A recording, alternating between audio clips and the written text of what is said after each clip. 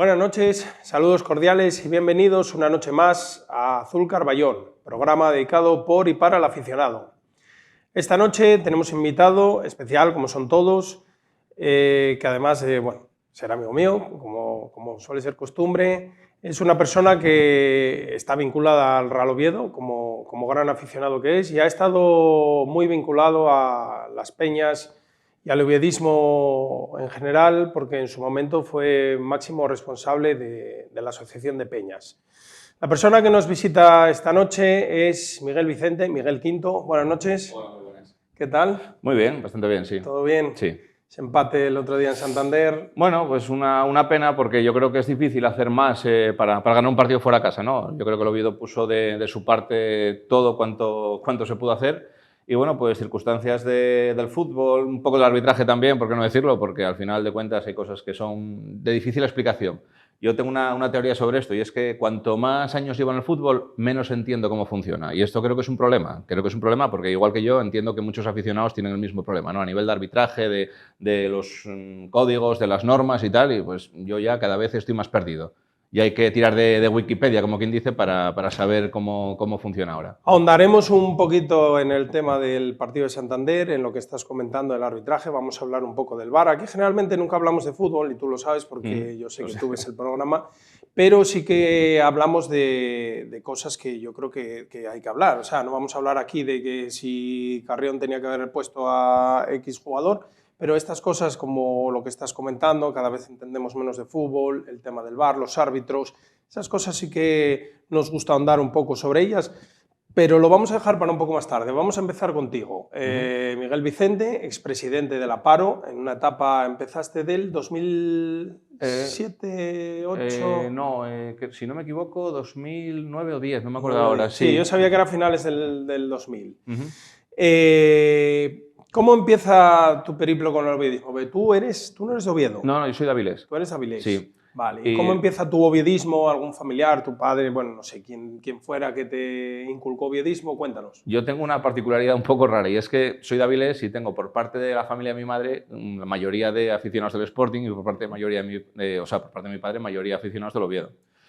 Pues claro, cada uno intentaba llevarme a su terreno, ¿no?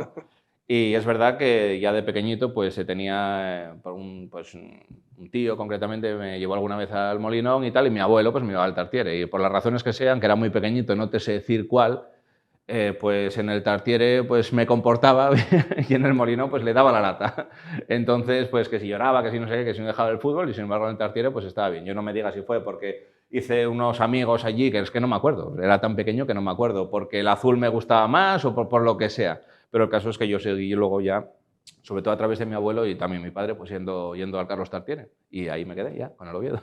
Al antiguo Carlos Tartiere. Sí, claro. Cuando ibas al antiguo Carlos Tartiere, ¿de qué zona era la que solís frecuentar? Me imagino que yendo con tu tío, con tu papá, bueno, con una persona adulta directamente no entrabas al fondo, o si ya erais asiduos de esa zona. Cuéntanos un poco. Más bien grada norte. O sea, detrás de los banquillos. Sí, la tribuna norte. Sí. Pues nos solía poner. Sí que es verdad que, bueno, según vas avanzando de años, ibas poco a poco empujando un poco hacia el fondo este, pero bueno, más o menos por ahí empecé. ¿Tenía magia aquel campo? ¿Te gustaba? Sí, mucho. Más que el de ahora, seguramente. Lo que tenía era una sensación de estar dentro del partido, y me imagino que a nivel de los futbolistas también, los futbolistas ver a la grada dentro del campo, ¿no? De alguna manera, estar más encima que este campo, por lo que sé, no acaba de tener. De apretar. Sí, y yo creo que también la cercanía, no sé cómo decirlo, era como... La manera de vivir el partido era mucho más directa, mucho más personal. Fútbol más inglés, lo que tenemos hablado muchas veces. Totalmente. Bueno, vas cumpliendo años, me imagino, llegaste a estar ya, te empezaste a desplazar un poco hacia ese recordado fondo este. Me imagino que allí, pues bueno, ya vivirías tus primeros años, un poco zona de peñas. Bueno, todo esto va derivando. ¿Pertenecerías a alguna peña, me imagino, o te desplazabas desde Avilés con alguna peña, o cómo funcionaba? Sí, no llegué a ser socio, pero me desplazaba con la peña de Avilés, que salía del Candil. Me acuerdo perfectamente que había 2 autobuses habitualmente, uno o a veces 2. Y bueno, pues también era el modo de desplazamiento que tenía. Y luego vamos a hacer un inciso. Siendo de Avilés, parte de familia del Sporting, parte de familia del Oviedo. ¿Tiras por el Oviedo, el Real Avilés? Avilés, pues siempre estuvo ahí y mira, siempre le tuve, de hecho fui a ver muchos partidos al Avilés, de hecho teníamos la particularidad de que solía coincidir que una semana jugaba el Avilés en casa y la siguiente al Oviedo, entonces me permitía muchos fines de semana, pues, o sea, muchas veces ir a los dos partidos en casa. ¿Suárez Puerta o Ayaranes? Los dos, pero tengo más recuerdo de la época del Muro de Zaro. El Muro de Zaro. Sí. ¿Llegaste a verlos en segunda? Sí, sí, ¿no? sí. Bueno, sí, claro, por edad, lógicamente. Sí. Grandes años para el fútbol asturiano, ¿no? Sí. Y gran equipo el Avilés de aquella época, por cierto. Sí. Y luego tuve la suerte de jugar con alguno en fútbol de empresas, con algún exjugador de aquella época, como Luis Castro, Joaquín, que bueno, ahora está Joaquín otra vez en el Avilés en temas de, bueno, no sé, marketing o algo así, enlace con afición. Sí, que ahora, bueno, hay un poco de lío con el Avilés porque se creó otro equipo. Bueno, sí, el Stadium, eso fue la época... Stadium, bueno, ahora no sé cómo está, bueno, la verdad no lo tengo muy controlado, pero bueno, realmente está ahí el Real Avilés, que el año pasado estuvo ahí a punto de ascender, que tenían, bueno, tuvieron bastantes opciones, fue una pena, pero bueno, están haciendo las cosas, bueno, parece que bien, estaría bien que volvieran a subir, ¿no? Sí, a ver, está claro que todo lo que sea equipos asturianos en las divisiones más altas, mejor para todos, ¿no? Porque al final de cuentas posibilita una logística a todos los equipos de la región, ya sea, pues imagínate, el Oviedo tiene un jugador que a lo mejor considera que está verde todavía un poco para la segunda división. ¿Qué mejor sitio para empezar a jugar en primera federación que el Avilés si estuviese en primera federación?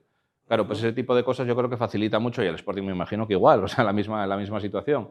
Y luego, pues bueno, incluso para potenciar a los equipos de abajo que no hubieran ascendido, pues ponte Langreo, Marino, tal, para conseguir ese salto. Y para la Villa, que vendría bien. Tú, durante tu etapa de presidente del Aparo, el Real Oviedo estaba, perdón, en aquellos años estaba en segunda B. Me coincidió el ascenso, pero sí, en el principio... Te coincidió el ascenso, desplazamientos que se hicieron multitudinarios a muchos sitios que podríamos incluso comparar con Avilés, o que incluso Avilés es más grande que esas ciudades o pueblos que visitábamos, sí. Que la gente te recibía con los brazos abiertos en la mayoría de los casos. Astorga, por ejemplo, por poner así uno, sí, que fue uno de los más míticos, ¿no? Por así decirlo, sí. Pero había muchos sitios. Mira, aquí para hablar de Avilés te puedo hablar, por ejemplo, de Zamora. Zamora, que a nivel de población y de, bueno, de lo que supone como ciudad puede ser bastante similar a Avilés. Y Zamora se esmeraba mucho, tanto el club como el ayuntamiento, sí, se esmeraba mucho en recibir al Oviedo, y cosa que otras ciudades, por lo que sea, no. Sí. Bueno, más que otras ciudades, otros clubs. Sí. Por lo que sea, no, pero Zamora era un sitio que se esmeraba. Hablas de una zona así un poco gallega, me parece. Sí, por ejemplo, sobre todo. Hablamos de Lugo, porque este señor sabe lo que tal. Por ejemplo, en Lugo era un sitio donde siempre había un poco de dificultades, en otras lamentablemente. Lamentablemente. En otros sitios sí que había muchas facilidad de entradas, se bajaban los precios, lo que querían era, se potenciaba la hostelería, recomendaban sitios para que se fuera. Sí. Y bueno, a lo que quería era compararlo un poco, es decir, que si Avilés consiguiera tener ahí el equipo, además, pues eso, vendría gente de fuera que a la Villa le vendría muy bien. Sí, de hecho tuvieron ya como muestra el playoff o incluso partidos como, yo qué sé, pues la época que les coincidió que fue el Racing de Santander, tal, pues claro, evidentemente cuanto más arriba estés, más posibilidad tienes de que ese tipo de equipos con esas masas sociales pues vengan a tu estadio. Entonces, cualquier ascenso en ese sentido está claro que es bueno, ya no solo para el club que también, sino para la ciudad. En ese sentido, bueno, volvemos un poquitín a lo que estábamos hablando. Sí que está bien todo el tema de pues, que las peñas, etcétera, etcétera. Vamos a andar un poco en tu etapa como presidente. Lo que hablábamos, el Real Oviedo está en Segunda División B. Unos años a ti te toca, tú entras con, creo que Alberto de presidente, bueno, igual no estaba Alberto, estaba Avances, pero bueno, sí que la propiedad era Alberto González. No, justo, es al muy poco de entrar Carso. Ah, bien. O sea, estaba, si no me equivoco, incluso durante la campaña puede ser que estuviese todavía debatiéndose cómo iba a acabar aquella ampliación de capital, durante la... Bueno, pues que yo fui presidente a través de unas elecciones, que sí. Luego es verdad que hay épocas en las que, por lo que sea, pues bueno, si no hay otras candidaturas, pues se mantienen las presidencias. En el caso en el que... En mi caso en concreto, pues coincidía la dimisión de Hugo López y se abría pues, el escenario a que hubiesen, pues eso, candidaturas y así fue. Entonces yo me presenté a elecciones y durante ese proceso electoral sí que todavía no se sabía cuál iba a ser la propiedad. Pero ya cuando yo ya entro ya está pues eso, Ballina y compañía. La propiedad de Carso, etcétera, etcétera. Exacto. Durante aquellos años el movimiento, bueno, pues las peñas, el Real Oviedo, a pesar de la situación que ya había pasado y que después, pues bueno, fue pasando, gracias a Dios, pues se fue saliendo de las dificultades, se fue avanzando, pero la masa social siempre estuvo ahí. Lógicamente, a ver, las peñas me imagino que sea como todo el mundo tiene sus demandas, tal, pero la gente, yo vamos, lo que siempre percibí es que el Oviedo ante todo, la gente tenía buena percepción, buen comportamiento, porque bueno, tampoco tenemos, exceptuando cosas que pasaron, pues como aquel recordado viaje a Santander, con aquel problema que hubo en el parking, etcétera, etcétera. Pero bueno, las peñas en general bien, había muchos, creo recordar, cada poco había aniversarios de peñas que se iban jugadores, el club tenía buena predisposición. Ahondo en esto porque sí que es verdad que ahora en la liga profesional la liga hace y deshace y deja y no deja, etcétera, etcétera. Muchas veces decimos que incluso no sabemos si es verdad que es la liga o es el club que se ampara o se escuda poniendo a la liga como excusa. Pero de aquella sí que es verdad que el club daba facilidades y era, bueno, de otra manera, ¿no? Sí, es verdad. A ver, había unas normas no escritas, unos códigos no escritos, es verdad, que a partir de los cuales, pues bueno, el club dentro de las posibilidades sí que es verdad que tenía más disponibilidad para acceder a jugadores o para, de alguna manera, ser partícipe, ¿no? de cualquier acto, aniversario, o sea, mayoritariamente, pero incluso más allá, cualquier acto que organizase una peña, ¿no? Pues bueno, para poder facilitar jugadores o incluso directivos o bueno, cualquier persona dentro del club que fuese reclamada por parte de la peña. Y es verdad que paulatinamente aquello se fue de alguna manera endureciendo, más concretamente tras el ascenso a Segunda División. Que no es casualidad. Evidentemente. A ver, es verdad que bueno, pues cuando ya estás en fútbol profesional, bueno, pues se puede entender que haya ciertas restricciones que antes no existían. Pero sí que es verdad que llegó un punto en el que se estaba endureciendo, bajo mi criterio, ya demasiado. Y por lo que he podido observar, bueno, pues a través de redes sociales y todo esto, sí que es verdad que parece que se está otra vez normalizando un poquito aquella situación y que parece que se está abriendo un poquito, y ya te digo, es una percepción que estoy viendo por lo que veo a través de las redes sociales, ¿no? Pero sí me parece que, afortunadamente, se está aflojando un poco ese tipo de presión y que se está facilitando algo más pues el acceso de jugadores o de personas del club a los actos de las peñas, aniversarios sobre todo. Una cosa está clara, los clubes de fútbol pues bueno, tienen distintos estamentos, el directivo, el deportivo, luego la parte económica, etcétera, pero es muy importante y nunca se hace demasiado inciso en ello, la parte social. Porque al final, bueno, la gente a día de hoy, pues bueno, con redes sociales, etcétera, etcétera, sí que es verdad que, bueno, pero le gusta participar pues con las cosas, le gusta ver a los jugadores, porque, bueno, hace años también, pues son de carne y hueso, como somos todos, ¿no? Sí. Entonces, sí que es verdad que ahondar en el tema social y que la gente, pues, diversificarlo un poco, que la gente pueda tener acceso a eso, pues un acontecimiento de una inauguración de una peña, un aniversario en el que, oye, pues un futbolista visita, el club va en representación, eso es importante, tú lo ves así, ¿verdad? Sí, a ver, yo creo que dentro de la lástima y la tragedia que fue que el Oviedo vagase durante tantos años, bueno, pues en categorías tan bajas del fútbol y que fuese imprescindible, no necesario, fuese imprescindible la actividad de la afición y de la masa social del club para el sostenimiento del mismo, porque al final de cuentas hubo una época en la que si no fuese por la afición... Esto sí, hubiéramos bajado la persiana. Esto sí. se hubiera caído. Entonces, eso lo que potenció fue un sentido de pertenencia como pocas veces yo creo se ha visto en clubs. Claro, eso ahondó muy dentro de mucha gente y pasó a vivir su relación con el Oviedo de otra manera completamente diferente. Yo creo que eso es una suerte y creo que es importante, pues eso, que se creen los mecanismos necesarios para que eso permanezca vivo, para que eso no se de alguna manera se manifieste ese tipo de relación con el club de una manera artificial. Que el sentido de pertenencia y que cómo la gente vive al Oviedo y cómo la gente se siente del Oviedo, se sienta parte de, no se sienta dentro de una relación comercial con el Oviedo, sino que se sienta parte del Oviedo. Yo creo que eso es importante que se mantenga. Sí, yo opino un poco como tú.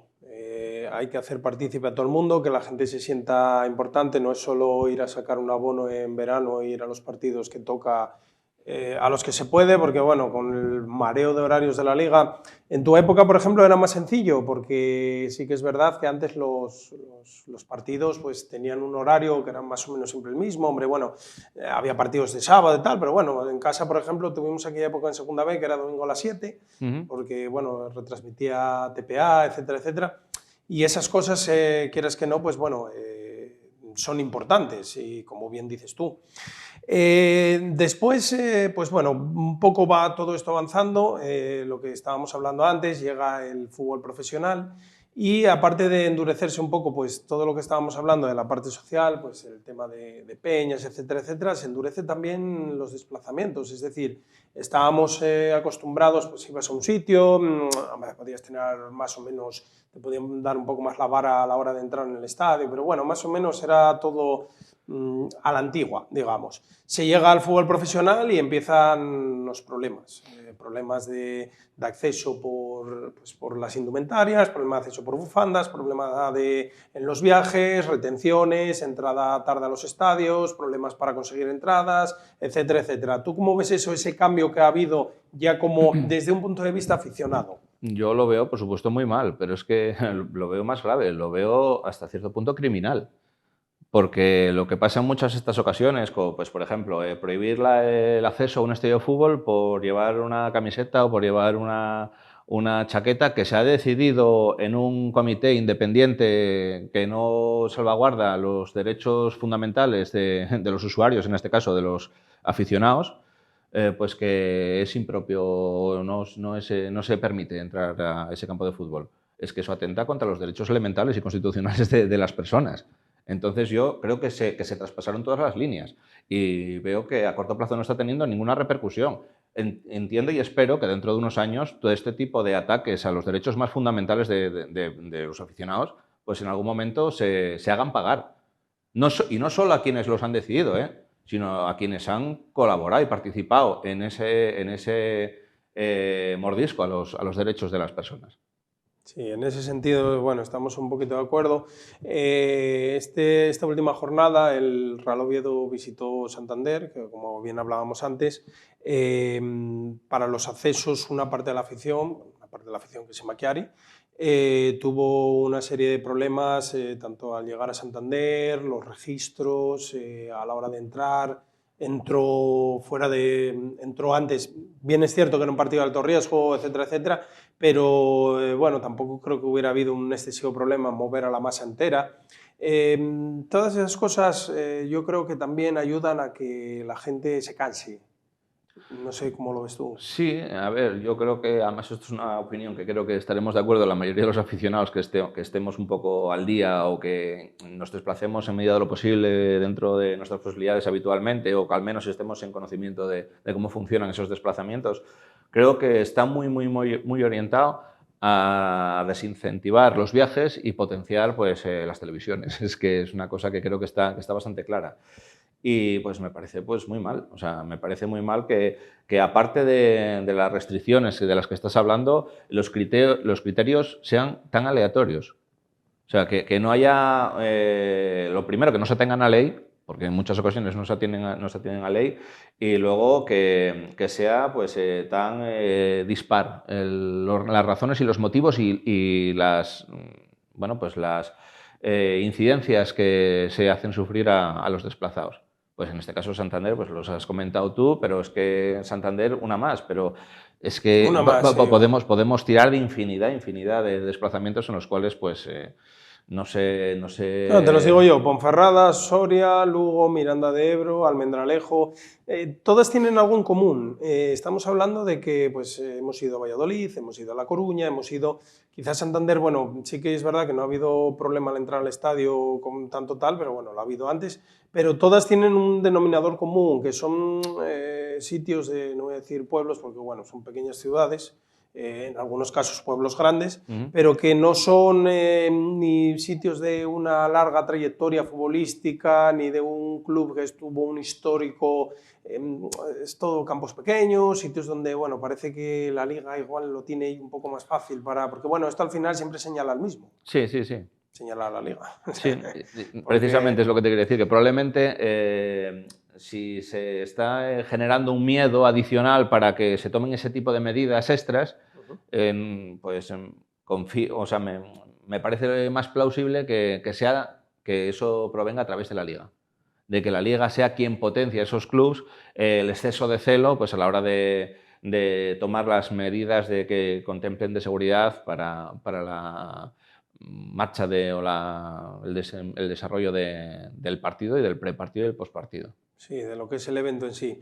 Hay muchas incongruencias. Yo, por ejemplo, siempre lo digo, por ejemplo, el tema del alcohol en los campos, pues siempre lo tenemos hablado, de qué pasa por tomar una cerveza. Siempre que viene gente sale el tema y hablamos un poco de ello. Lógicamente no es ir a hacer botellón en un estadio ni nada de eso, pero bueno, por ejemplo, nuestro amigo Davizón, que ha estado ahí sentado donde estás tú, nos ha explicado un poco cómo es el fútbol más allá de nuestras fronteras. Él ha vivido un partido en Alemania, en Hamburgo concretamente, y nos explicó pues, bueno, cómo funcionaba todo y no pasa nada. O sea, realmente la incongruencia que yo veo es que, vale, tú en España, pues oye, la ley dice que no se puede, espectáculos deportivos, alcohol, etcétera, etcétera, pero claro, vamos a lo que tenemos hablado que tampoco veces. Se cumple. Que tampoco se cumple Exactamente, la ley, pero bueno. A eso voy, porque realmente no se cumple. Es decir, la ley dice que en un recinto deportivo, tal, los palcos VIP, etcétera, etcétera, que la gente pues está allí y puede tomar lo que quiera. Yo no sé si mayor o menor medida, si la gente va allí y se pone como las grecas o está allí tomando una cerveza tranquilamente, pero se sirve. No solo eso, sino que la ley ya se incumple en el mismo momento en el que se introduce alcohol. Quiero decir, porque la ley del deporte no tiene ningún anexo por el cual en ciertos sitios, no, la ley del deporte dice que en recintos y estados deportivos no se puede ni introducir, ni consumir, ni acceder bajo los efectos del alcohol. Entonces, y en el mismo momento en el que se introducen bebidas alcohólicas, la ley se está incumpliendo, pero por lo que sea la liga ahí no está mirando. Es más, una vez el propio presidente de la Liga, Javier Tebas, hizo pues una demanda de desconocimiento de la propia norma cuando dijo en una entrevista que es que en los palcos no se vendía, se regalaba el alcohol. Entonces ya, pues bueno, que estaban libres. Pues se habla de consumo, claro, te pueden regalar, o sea, el consumo da igual que lo compres que no lo compres. Pues si lo estás hasta ese punto dejaba claro Javier Tebas lo que le importa a él, lo que es el consumo de tal. Lo que le importa es que quien él considera que sí tenga todos los beneficios y todas las comodidades, pues las tengan y el resto, bueno, pues... Hombre, los palcos VIP, etcétera, le dejan mucho más rendimiento a la liga que... Pero bueno, ¿a la liga o a Javier Tebas? Bueno, eso no lo sé, eso ya son cosas... Pero bueno, sí que es verdad que... Pero por mucho palcos VIP que haya, a excepción de grandes estadios, como puede ser a lo mejor el Camp Nou, Bernabéu, Metropolitano, etcétera, la masa es más que todo eso. Por ejemplo, yo sé que el Real Oviedo no sé si tiene 18 o 20 palcos. Bueno, tú conoces alguno porque sé que el Aparo tiene designado uno desde hace años, pero vamos a ver, por muchos palcos que haya, la masa, solo el Fondo Norte tiene mucha más gente ya que los palcos juntos. Sí. Entonces, sí, dejan más repercusión, más dinero. A lo mejor, pues, oye, estaría bien que dijeran, oye, pues mira, la liga, aparte de que las televisiones son las que dejan dinero, etcétera, etcétera, nos interesa por la marca de estar asociada a empresas que son las que tal, y, o sea, que lo digan, no pasa nada. La gente yo creo que va a seguir yendo, no le va a parecer mal, pero parece como que se esconde, te putean un poco con el tema de tal, pero luego las empresas... empresas que, cuidado, hay gente que es particular, pero bueno, siempre se dijo que el Bernabéu, los palcos están hechos para empresas, porque sí, porque hay gente que, pues Mau es una empresa que tiene un palco y a mí, yo en su día, yo trabajé con Mau y a mí Mau me ofreció ir al Santiago Bernabéu a un partido, y, bueno, es más, le dije, el día que suba al Oviedo si me invitas, pero... Sí. Que me dijo, bueno, es que el día que suba al Oviedo no tenemos palcos para todos los que queréis ir. Pero bueno, aún así, aunque si subiera al Oviedo y fuera al Bernabéu, no iría a un palco. Pero quizás estaría bien que lo dijeran, porque ellos lo enfocan todo ahí, a esa masa económica, y parece como que el aficionado, pero luego se acuerdan del aficionado para lo que les interesa, ¿no? ¿Sabes lo que pasa? Que, y esto lo hemos visto ya en el Oviedo mismamente, Uh-huh. porque en el Oviedo también había ese tipo de interacciones y de relaciones comerciales con grandes empresas y tal, en la época en la que estuvimos bien, en Primera División. Ostras, pero cuando se cayó todo el chiringuito y cuando nos vimos En el barro. en el barro más absoluto, los que estuvieron ahí fueron los aficionados. Fue la plebe, Sí, por sí. así decirlo. Entonces, que está muy bien que se cuiden y se potencien todo este tipo de cosas y tal, pero que nadie se olvide que si esto vuelve a ir mal por lo que sea, los que vamos a estar ahí somos los mismos que estuvimos en su día. Entonces, oye, está bien que se potencien todos los negocios posibles para el club, pero que nunca se olviden tampoco de los que somos la base inquebrantable de todo esto.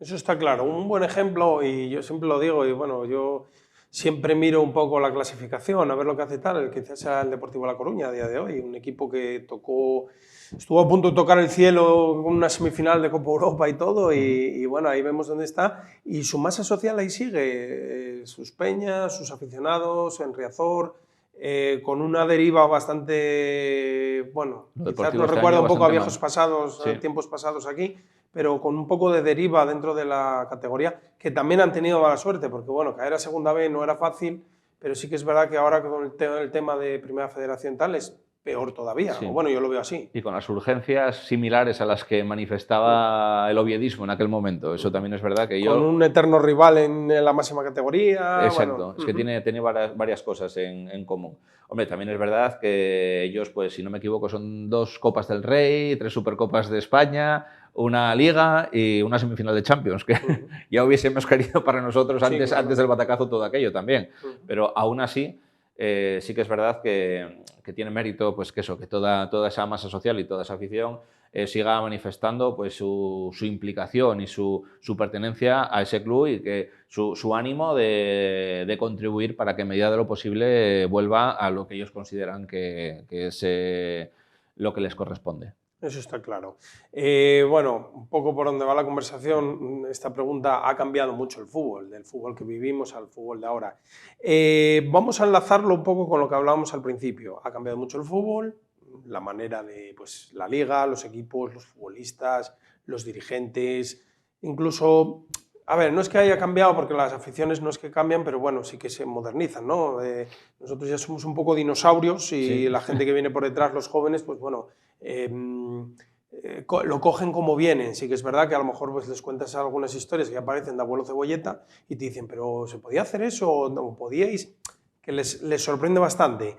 Con todo ello ha cambiado en otras cosas, como es pues, bueno, el arbitraje, la tecnología, se ha ido introduciendo al fútbol.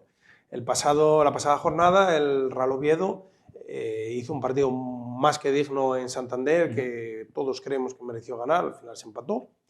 Y hubo mucha controversia por bueno, lo que nos pasó con el VAR. El VAR sí que es verdad que unas veces te quita, otras veces te da, pero pues bueno, yo creo que fue un poco cachondeo. Es más, la invasión en el empate del Racing del 1-1 de un individuo, como decía Pibu, nuestro amigo que estuvo el otro día ahí sentado, al que le mandamos un saludo, decía un sujeto.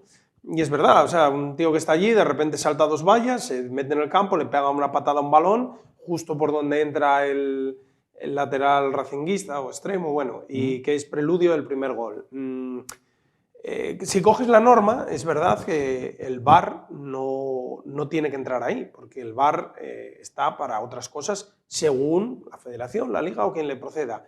Pero sí debería. Es decir, si el VAR es un instrumento que lo que hace es regular o corregir lo que no está bien. O ayudar al árbitro. O ayudar al en árbitro. Cuestiones que El árbitro a lo mejor estaba mirando y no vio que entró un tío, que había otro balón. Vale, puede haber 2 balones y no interfiere. Bien, pero es que no es que haya 2 balones, es que había un balón, entró un tío, le pegó una patada. Vamos a ver, esas cosas debería de ser... Yo creo que tal cual lo tienen montado, está mal montado. Luego encima tienen otro problema, que me decía un amigo que está metido dentro del mundo del fútbol y me dice, mira, el problema que hay con el VAR es que hay un árbitro y hay otro árbitro en el VAR. Entonces, cada vez que le llama para alguna cosa, les perjudica.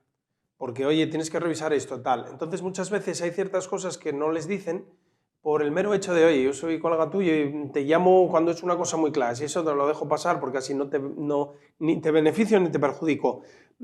Es que eso está mal. Yo no sé cómo ves tú el tema del VAR, sé cuál es tu opinión, quiero que la escuche la gente y que la digas, pero vamos.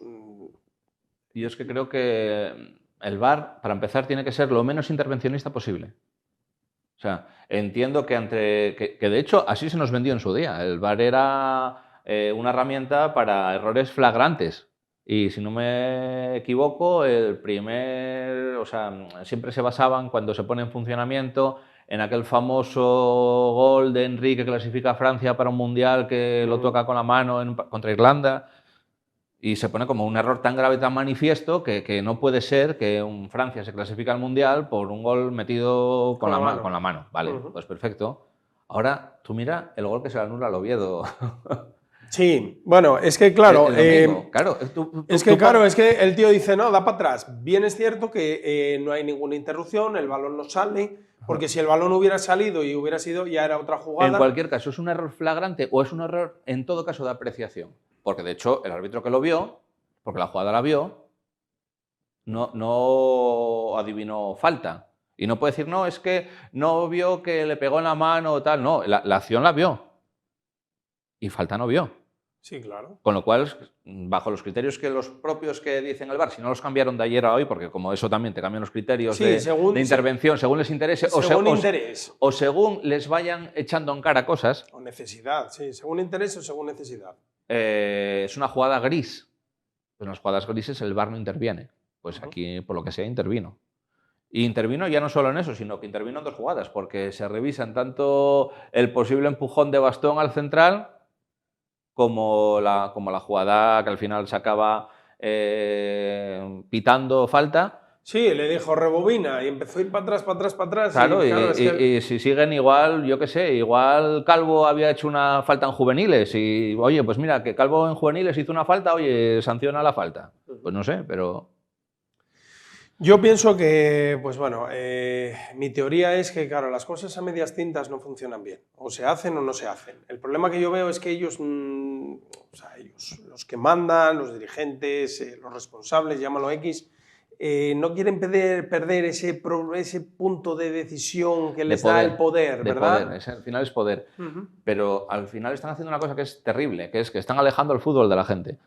Porque es lo que te decía, hace 10 años, 15 años, todos podíamos tener algún tipo de dudas sobre algún concepto de las normas, del reglamento. A día de hoy yo estoy perdidísimo. Pero es que estoy perdidísimo a unos niveles que no te puedes hacer a la idea. Porque ya no solo que te cambian las normas, es que te cambian el tipo de aplicación, te cambian cuándo puede entrar el VAR, cuándo no puede entrar el VAR, si es correcto hacerlo así, si es correcto no, pero es que la temporada pasada no, pero es que esta temporada lo cambiaron ya, pero es que... Y al final lo que hacen es una desafección total de aficionados hacia... Fuera de juego, que no toque el balón, si hay... De descreencia, o sea, la gente ya no cree directamente, o sea, está convencida de que de una u otra manera pues todo está organizado en torno a una mafia, porque eso es la realidad, es lo que provocan ellos. Y luego, aparte de no entender nada ya. Y como la gente no entiende nada, pues siguen viéndolo el fútbol, pero de una manera que ya no tienen ningún tipo de criterio para saber qué es lo que están viendo. Y eso es terrible. Lo que está claro es que, vamos a ver, si por ejemplo la FIFA, que es el máximo organismo, es un organismo que está, no voy a decir corrupto, lo estuvo, yo no sé a día de hoy cómo estuvo, pero bueno, ahí está todo lo que pasó con el señor Blatter, etcétera, etcétera. La UEFA, que es el máximo organismo dependiente de la FIFA a nivel europeo, hay problemas de arbitraje, tú mismo lo acabas de decir, se metió a Francia en un mundial con un gol con la mano. En un partido del Mundial hay problemas, en un partido de máxima categoría de europea como es la Champions League hay problemas de arbitraje tal. Claro, ¿qué esperamos en la segunda división española? ¿No? Porque yo creo que el nivel de los árbitros,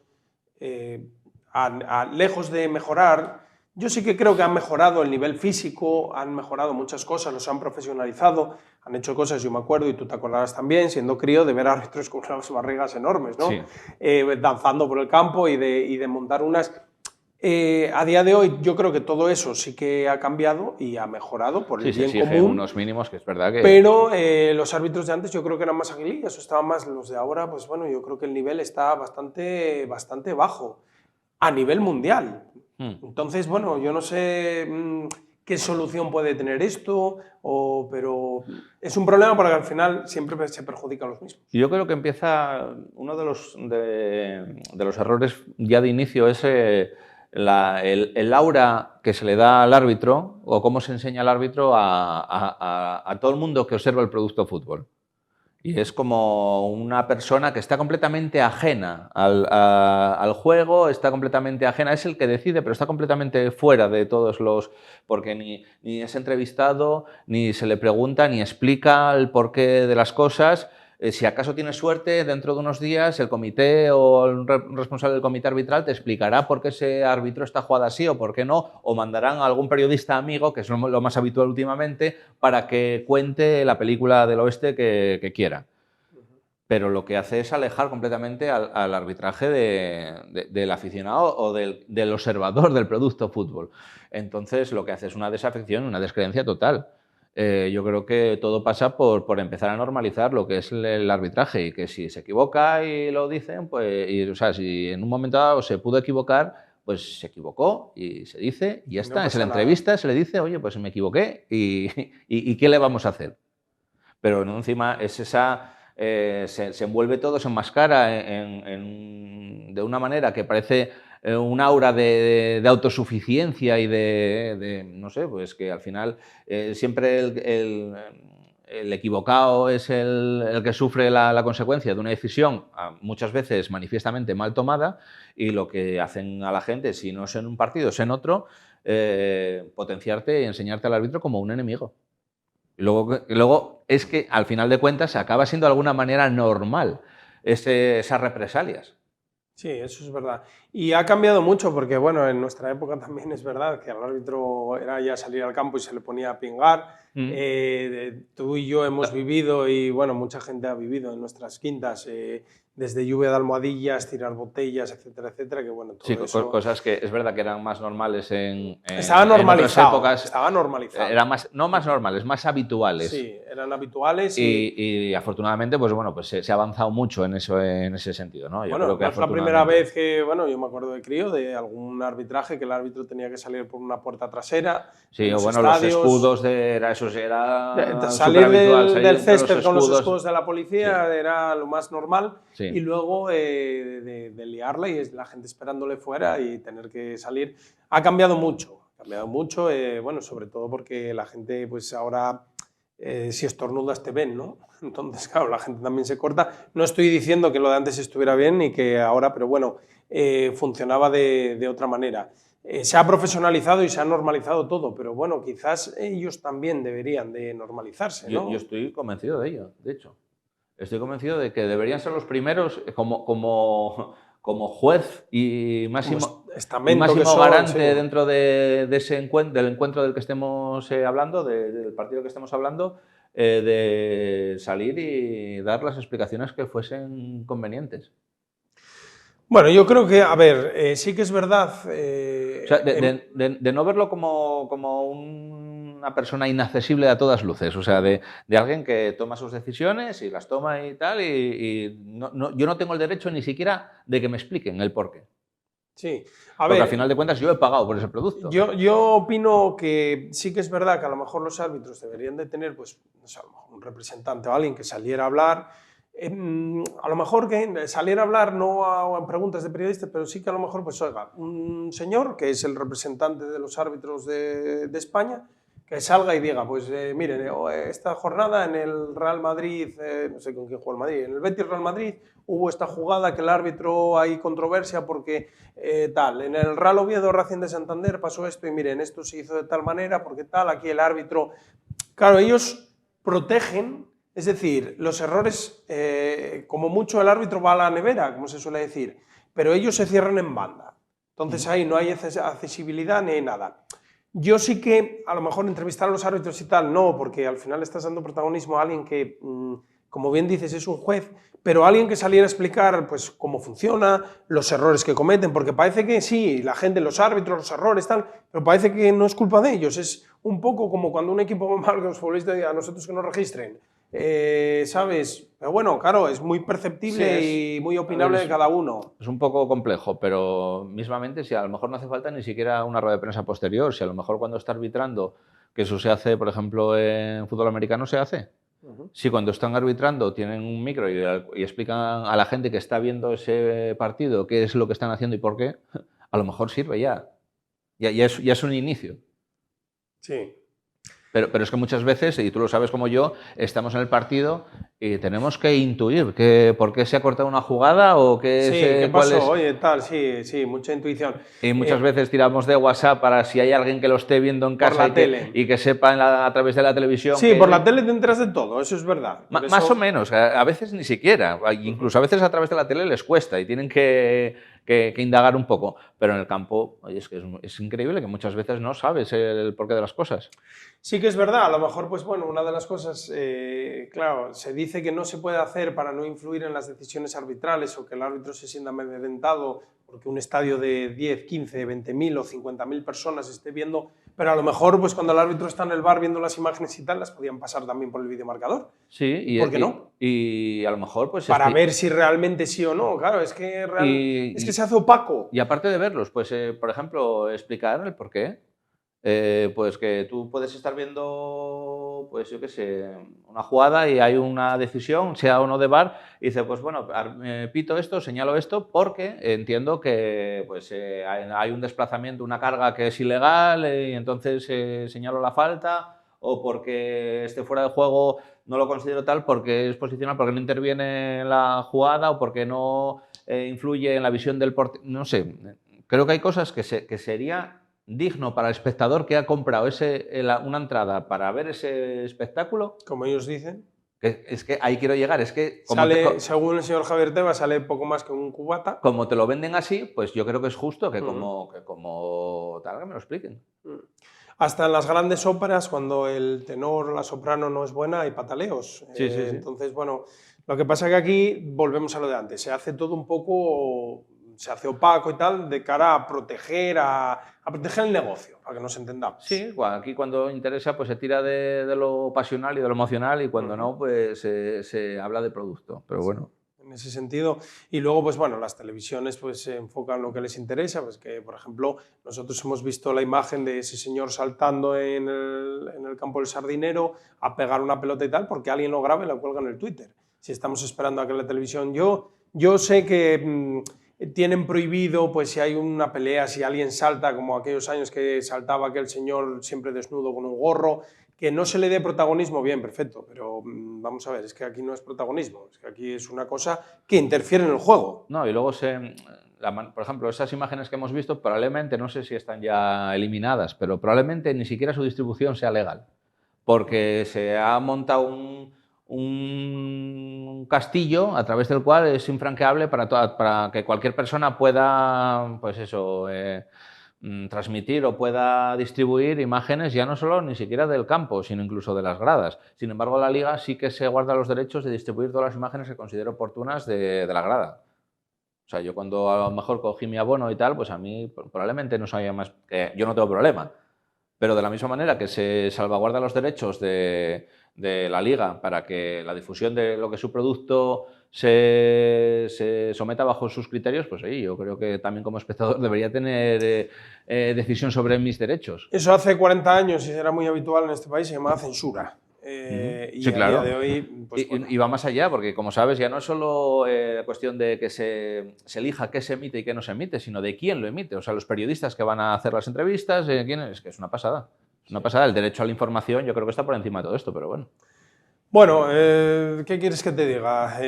Miguel Fernández Burilo, que estuve sentado, nos contó, nos explicó un poco cómo funcionaba todo y en el momento que nos dijo que tienen que pagar por ir a informar, cuando hay una ley de derecho a la información, etcétera, etcétera, no tiene mucho sentido todo. Comentabas antes que el espejo de la NFL, la National Football League, la Liga de Fútbol Americana, incluso la NBA, que es el espejo que pues, el señor Tebas y el resto de gente se quieren mirar para convertir la Liga de Fútbol y el fútbol tal. pero lo hacen a su manera. Es decir, lo que les interesa lo cogen y lo que no, no. Entonces, bueno, son cosas... Pero bueno, no vamos a... Ya sabemos un poco cuál es la opinión. El partido de Santander, pues bueno, tuvo ese lance que creemos que tenía que haber sido arbitrado de alguna manera. Se amparan en que el reglamento dice eso de esa manera y bueno, pues amparado está y no tiene rearbitraje posible ni tiene solución. Tampoco vamos a ponernos aquí a llorar porque haya saltado un tío y nos hayan empatado. O sea, si nos empataron fue porque el tío le pegó claro, y es que aunque hubiera posibilidad, yo sinceramente soy de los que no me gustaría que el Oviedo, o sea, moviese nada, aunque tuviésemos algún tipo de posibilidad, bueno, que no la tenemos. No. Pero a mí no me gustaría, quiero decir, yo creo que es una cosa que no debería de haber sucedido, pero no quiero ganar partidos ni ganar puntos a través de esos mecanismos. Sí, exacto. No, yo no quiero. Ganarlo en el terreno de juego y luego, pero bueno. Son cosas que seguramente hablaremos de ello aquí más veces, saldrá el tema y bueno, pues un poquitín saliéndonos de nuestro guión habitual, pero bueno, volviendo también, pues oye, igual que se da caña en las gradas o con el tema de lo que hablábamos antes, pues también habría que dar un poco de caña en este sentido. Pero bueno, Miguel, tú sabes que bueno, toda la gente que viene a este programa, hacemos una cosa que se llama el test oviedista, que tú ya seguramente conoces. Sí. Entonces, pues nada, yo te voy a hacer una serie de preguntas. No es para medir tu oviedismo, porque aquí no se mide oviedismo, pero bueno, por saber un poco cuáles son tus gustos, tus preferencias, exactamente. Entonces, bueno, yo te voy a ir preguntando y si hay algo que no quieres contestar o lo que sea, no tienes ningún problema. Seguro voy a contestar a todo. La primera pregunta, un jugador de la plantilla actual. Pues mira, de esta plantilla, yo te diría que Bretones, y te explico por qué. Porque... A ver, en mi caso sería fácil que hubiese optado por un canterano, porque yo admiro mucho los canteranos que van absorbiendo oviedismo desde edades más tempranas y luego tienen la oportunidad y ven cumplido su sueño de debutar con el Real Oviedo, ¿no? Porque yo, si la época en la que juega al fútbol de crío, si me veo reflejado, pues me hubiese encantado, ¿no? Entonces es para mí lo más, pues no sé, lo que más me hubiese gratificado. En el caso de Bretones no es así, porque si bien es verdad que pasó por el Vetusta casi testimonialmente, pero bueno, pues vino del Langreo B, yo no lo consideraría como tal un canterano. Pero lo que sí es, como en muy poco tiempo de verte jugando en el Langreo B, de repente pasas a tener un papel determinante en el Oviedo en segunda división, cuando a lo mejor no pasaba ya por tu cabeza tener una carrera profesional en el fútbol y sin embargo, pues hoy has tenido la posibilidad, te has esforzado, lo has conseguido y encima, por encima de todas las cosas, veo algo porque por lo poco que he podido saber, quizás no te digo que fuese de un entorno sportinguista, pero desde luego no tenía arraigado un oviedismo dentro, por lo que me han contado, dentro de él, ¿no? Y sin embargo, pues es una persona ganada para la causa ya. A todas luces ya es una persona ganada para la causa y yo me encanta esa superación y ese salto que ha dado y encima que por suerte estemos disfrutándolo en el Oviedo. A gran nivel. Bretón es un búfalo, como sí, lo llamamos. Una zancada tremenda. Un jugador histórico. Habitualmente te han dicho Carlos, en la mayoría. La mayoría sí. Y a ver, yo tengo cosas por decirte, Carlos, porque para empezar nacimos los dos el 25 de agosto y cuando teníamos cromos, pues todo siempre, Carlos, joder, qué guay. Encima del 61, yo soy del 81, 20 años justos. Pero para salirme un poco te voy a decir a Lángara, porque me parece un patrimonio del club tremendo. O sea, que el Oviedo tenga la suerte de presumir, de haber tenido un jugador como Lángara, con todo lo que representa para el fútbol español y mundial, porque al final de cuentas los registros de Lángara, ser pichichi en tantos países, ser una figura tan importante en su época, y después de ser todo lo que fue, volver al Oviedo y volver a triunfar en el Oviedo otra vez, me parece un futbolista digno de nombrar. Isidro Lángara, un símbolo del oviedismo. ¿Una plantilla? Pues mira, como plantilla, como disfrute de verla jugar, la de Antic, con Prosi, con 94-95. Sí, te diría que esa plantilla, porque es que era una delicia verlos jugar. Es que ibas a ver el fútbol... Mucha calidad. Pero no puede enfrentarse a la del 2003, porque sin la del 2003 probablemente no hubiera habido la del 2004. Uh-huh. Entonces, ¿Y la de hoy?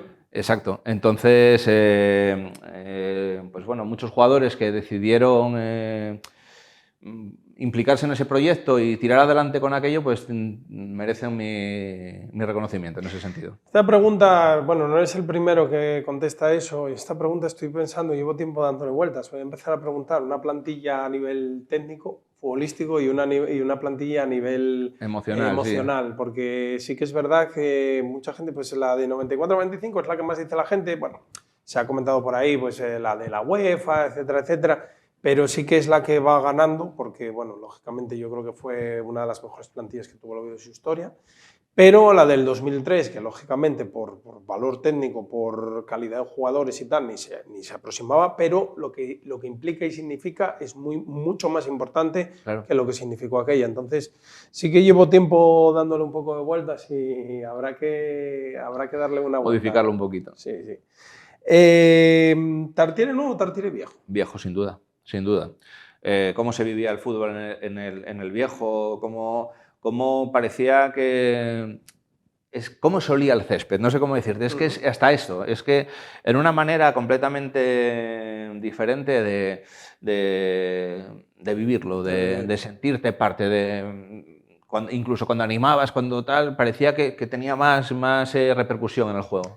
El campo de hoy día es un campo frío y aquel campo, pues bueno, estábamos ahí todos juntinos y era hasta calentín, ¿no? Y todo, a ver, el campo, es que tiene este campo nuevo, o sea, ya mejora mucho, pero tiene tantas cosas tan mejorables para empezar los accesos, es que bueno, sí, es un horror. Es una de las cosas que peleasteis y se pelea todavía, y yo sé que la Paro siempre peleó por el tema de los accesos, la movilidad de las peñas, los autobuses, bueno.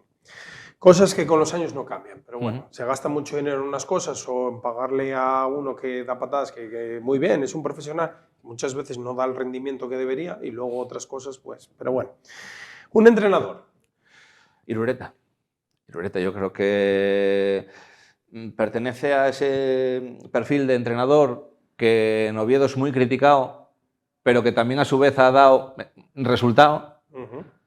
Y creo que hizo, con los mimbres que tenía, hizo un grandísimo trabajo aquí. Bastante, sí. ¿Un presidente? Manolo Lafuente, por lo mismo que te decía de tal, es que Manolo Lafuente fue una persona que incumplió la ley y no disolvió la sociedad cuando por ley debería haberlo hecho, asumiendo él, por cierto, las consecuencias económicas de ese quebrantamiento de ley. Y si no fuese por eso, pues no tendríamos Oviedo.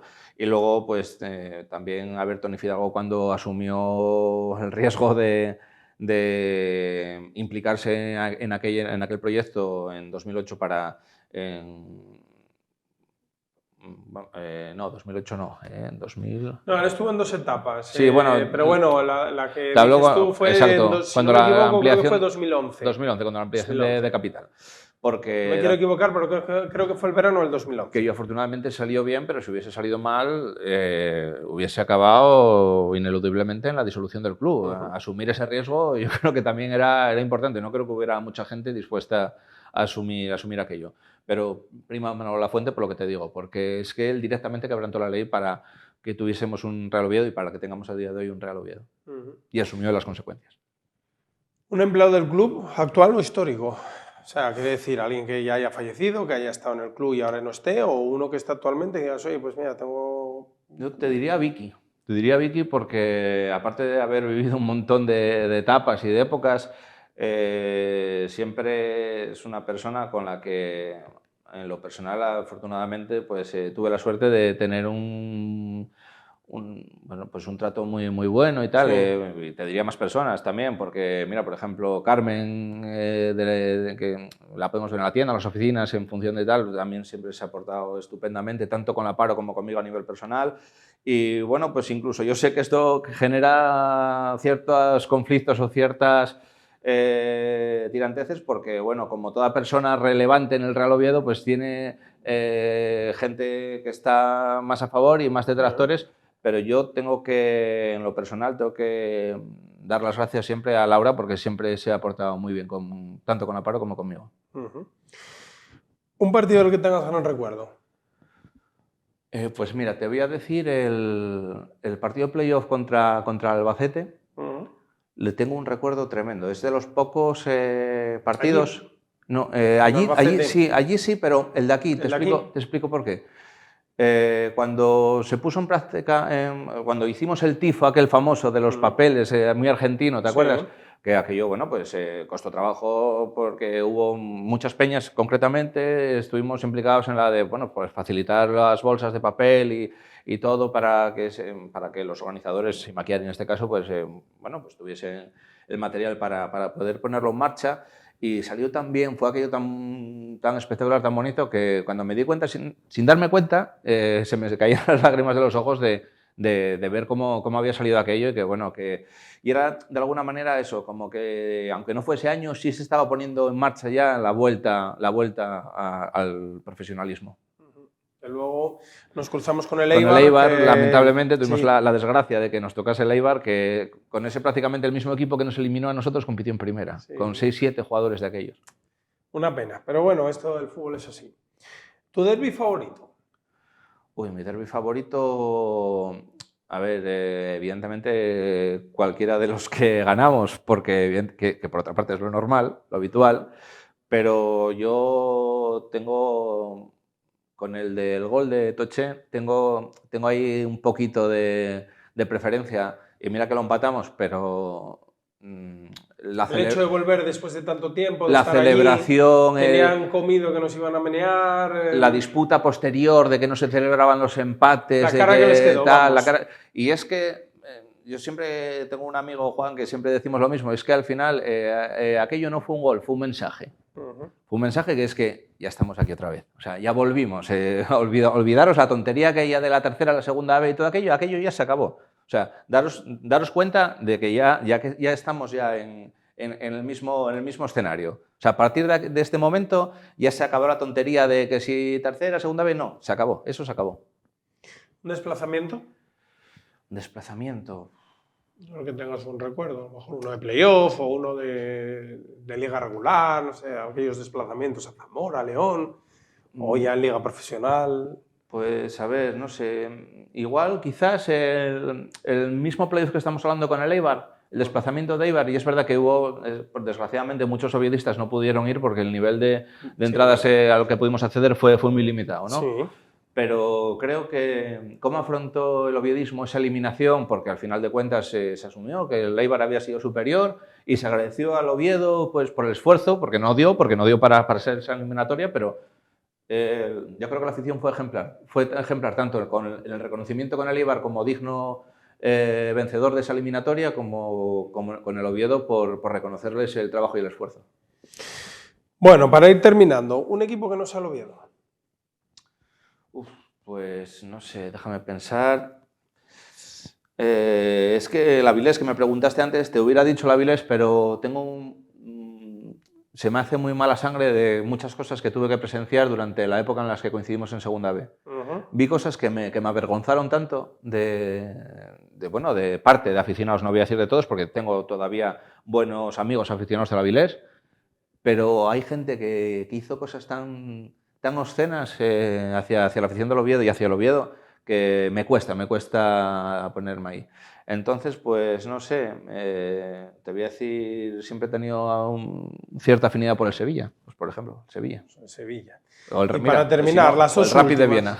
O el Rapid de Viena, muy bien. Las dos últimas, el desplazamiento que más ganas tienes este año, que digas tú, oye, pues este sitio va a estar bien. Más o menos, ya te lo digo yo, Ferrol, Valladolid, el derbi. Sí. El derbi quizá no, porque como desplazamiento, pero bueno, yo creo que Ferrol puede ser un, puede ser un sitio guapo. Sí, un sitio chulo. ¿Vamos a subir? Quiero pensar que no, para que sea que sí.